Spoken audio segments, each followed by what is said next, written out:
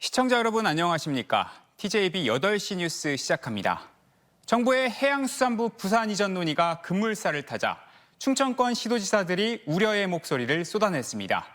행정수도 완성에 역행하고 국가 행정의 효율성을 해치는 나눠주기식 이전이라며 강력한 반대 입장을 밝히고 공동 대응에 나서기로 했습니다. 대전에 있는 항공우주연구원과 천문연구원을 경남 사천으로 옮기는 특별법 개정안 발의에 대해서도 부적절하다고 입을 모았습니다. 조혜원 기자입니다.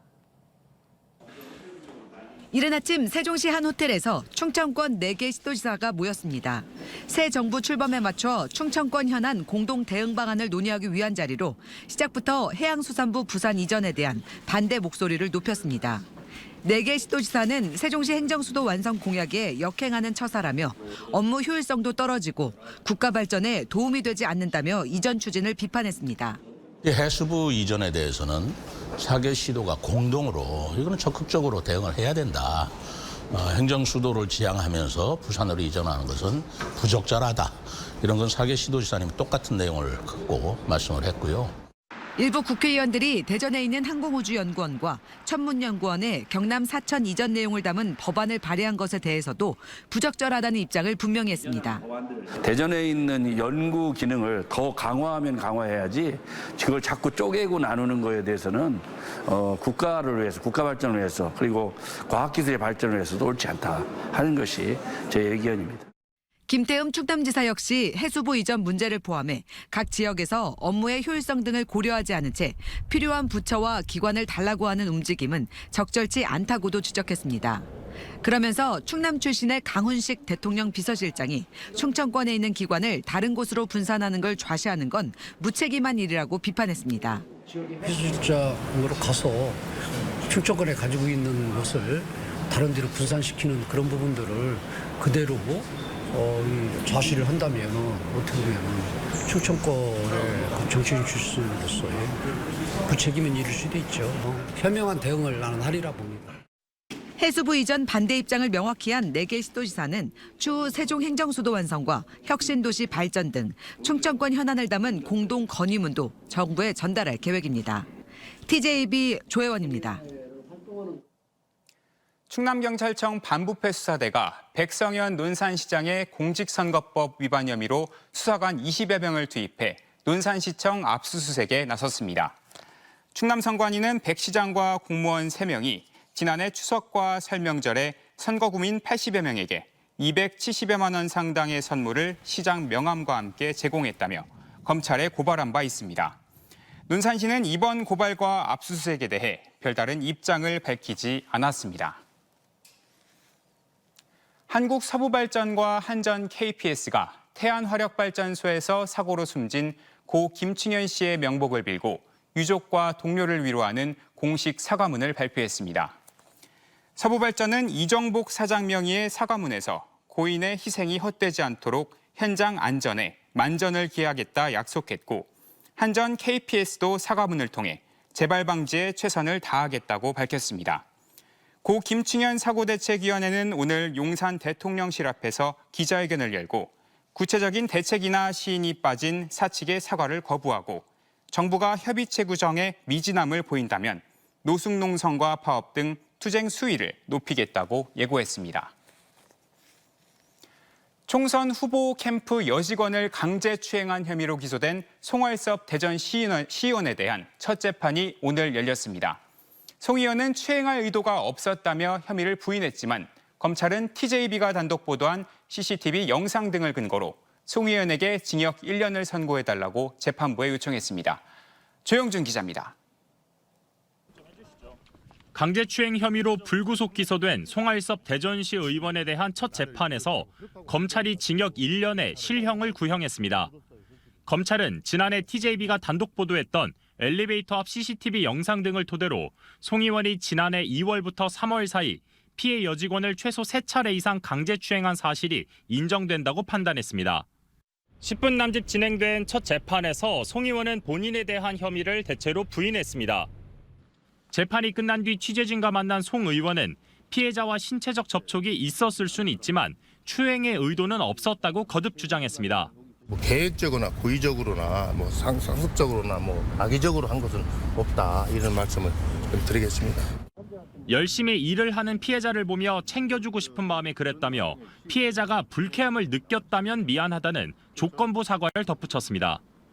국민의힘 복당에 대해선 비공식적인 제의가 있었지만 자중하는 마음으로 스스로 거부하고 있다며 시의원 사퇴를 하지 않겠다는 뜻도 분명히 했습니다. 제가 제명을 당할 정도의 그렇게 부당한 행위를 했다면 내가 스스로 의원직을 탈퇴했다니까요. 송 의원의 제명과 사퇴를 촉구해온 시민단체들은 실형이 구형된 만큼 재판부의 엄중한 판단을 촉구했습니다. 이 영상 증거도 있고 한 상황에서 이렇게 혐의를 부인하는 것 자체가 사실 이해가 되지 않고 있고요. 사실 반성하는 태도가 전혀 보이지 않는 것에 대해서 굉장히 분노스럽습니다. 송 의원은 선출직 공직자인 만큼 이번에 구형된 징역 1년이 실제 선고돼 최종 확정되면 시의원직을 잃게 됩니다. 송 의원에 대한 선고는 다음 달 3일 열립니다. TJB 조형준입니다. 해외 유명 브랜드의 짝퉁 화장품을 병행 수입 제품인 것처럼 속여 국내에 유통시킨 일당이 특허청에 적발됐습니다. 포장재와 용기는 정품과 구별이 어려울 정도로 정교했지만 내용물은 주요 성분들이 기준치에 한참 못 미치는 사실상 맹물에 가까웠습니다. 이선학 기자의 보도입니다. 특허청 특별서법 경찰들이 경기도의 한 창고를 급습합니다. 창고 한켠에 쌓여있는 박스를 열어보자 해외 명품 화장품들이 쏟아져 나옵니다. 시중에서 판매하는 제품과 똑같이 생겼지만 모두 정품을 모방한 짝퉁 제품입니다. 특허청은 지난해 짝퉁 화장품이 유통된다는 신고를 접수받고 장기간 수사를 벌인 끝에 해외 명품 브랜드 짝퉁 화장품을 대량으로 유통시킨 도매업자 42살 A씨 등 4명을 붙잡아 검찰에 송치했습니다. 수입과 국내 유통 등 철저히 역할을 분담한 이들이 해외에서 들여온 짝퉁 화장품은 8만 7천여 점. 정품 가격으로 79억 원 상당인데 마치 정품을 병행 수입하는 것처럼 위장해 국내로 들여왔습니다. 특허청에서 압수한 짝퉁 화장품입니다. 포장재와 용기는 전문가도 구분하기 어려울 정도로 정교하게 만들어졌지만 내용물은 거의 맹물에 가까울 정도로 조잡한 제품입니다. 실제로 전문기관의 성분 분석을 의뢰한 결과 이들 제품에서 유해 성분은 검출되지 않았지만 핵심 성분이 아예 빠져 있거나 주요 성분이 기준치를 밑도는 것으로 확인됐습니다. 적발된 업자들은 화장품으로서의 기능이 거의 없는 부실 제품을 정품 가격의 3분의 1 수준으로 판매했는데 4만 1천여 점은 이미 시중에 유통시킨 것으로 드러났습니다. 특히 이들은 다양한 유통업자에게 소매로 제품을 공급했고 심지어 수출은 물론 홈쇼핑 협력 업체에게까지 접근해 판매를 시도했습니다. 생활 안전과 관련된 화장품의 지도가 이루어졌다는 부분이 특징적이고 유통업자들도 속을 정도로 거의 완벽하게 진짜와 같은 모습을 보였다는 부분들이 좀 특징적이라고 볼 수 있습니다. 특허청은 화장품 등 일상생활용품은 소비자가 짝퉁을 구분하기 어려운 만큼 정품에 비해 터무니없이 저렴하게 판매하는 제품은 구매 시 각별히 유의해 줄 것을 당부했습니다. TJB 이선학입니다. 해외 사무실을 두고 5,300억 규모의 불법 도박 사이트를 운영한 조직원이 경찰의 무더기로 적발됐습니다. 이들은 4개 운영팀을 만들어 각각의 도박 사이트를 경쟁적으로 운영하게 하며 세를 키웠고 무려 270억이 넘는 부당이득을 취한 것으로 나타났습니다. 김철진 기자입니다. 비행기에서 내린 남성들이 곧바로 수사관에게 체포됩니다. 해외에서 불법 도박 사이트를 운영한 간부급 운영진이 국내로 송환된 겁니다.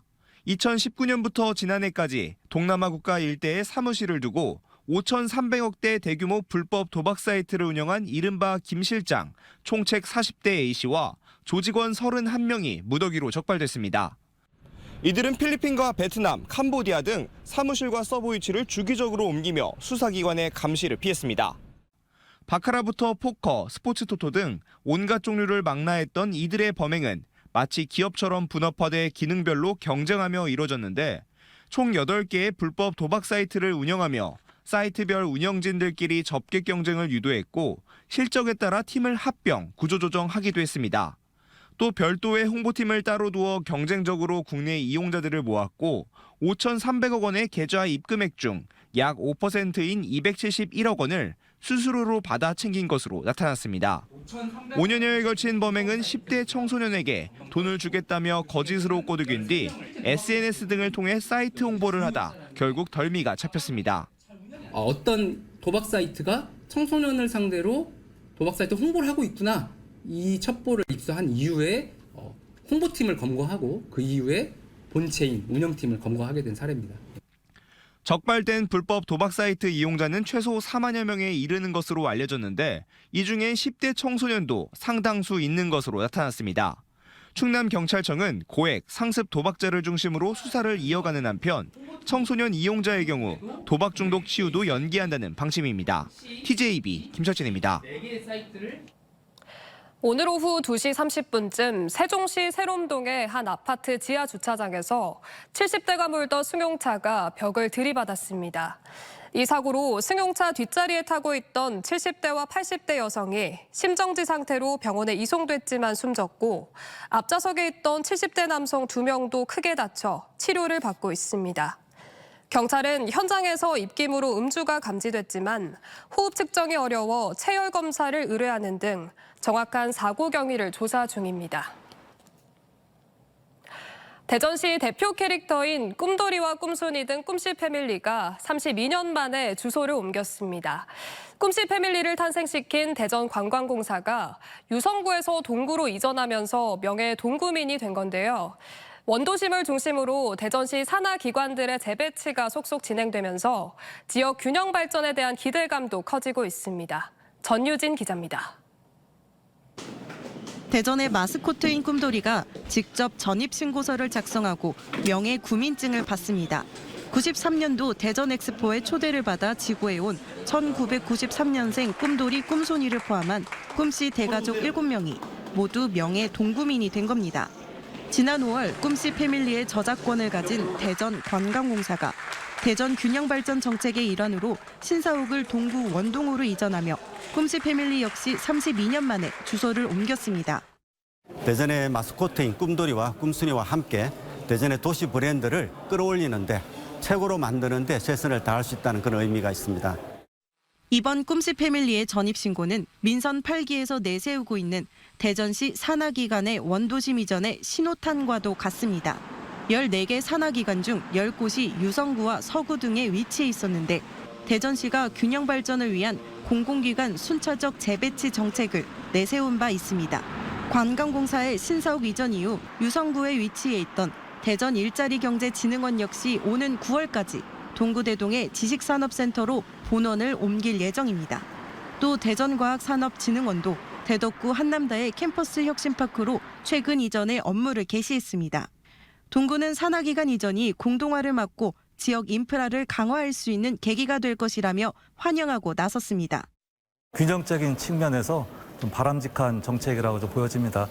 앞으로 관광공사 이전을 좀 계기로 해서 저희는 많은 대전시 산하기관을 이전을 좀 촉구를 해서 우리 원도심을 많이 활성화시키는 대전 역세권 개발부터 중앙시장 정비까지 대전 원도심 개발 사업이 속속 진행되고 있는 가운데 원도심과 연계한 공공기관 이전이 지역 경제에 활력을 불러일으킬 수 있을지 기대됩니다. TJB 전유진입니다. 천안시는 내일부터 산후조리지원금 지급의 편의성을 높이기 위해 천안형 산후조리 지원사업 전용카드를 출시한다고 밝혔습니다. 지원 금액은 일반인은 50만 원, 저소득층은 300만 원으로 태아 인원에 따라 최대 150만 원에서 600만 원까지 받을 수 있으며 산후조리 관련 7개 분야, 50개 업종에서 사용이 가능합니다. 지원 대상은 천안시 출생등록하구로 부부 중 한 명이 출산일 기준 6개월 전부터 천안시에 주민등록을 두고 있어야 합니다. 오늘 오전 9시 59분쯤 대전 동구 우송정보대 우송타워 지하 1층에 주차돼 있던 차에서 불이 나 16분 만에 꺼졌습니다. 이 화재로 주차장에 있던 직원 3명이 연기를 흡입하며 부상을 입고 병원으로 옮겨졌습니다. 소방당국은 자동차 엔진룸에서 먼저 불이 시작한 것으로 보고 정확한 화재 원인을 조사하고 있습니다.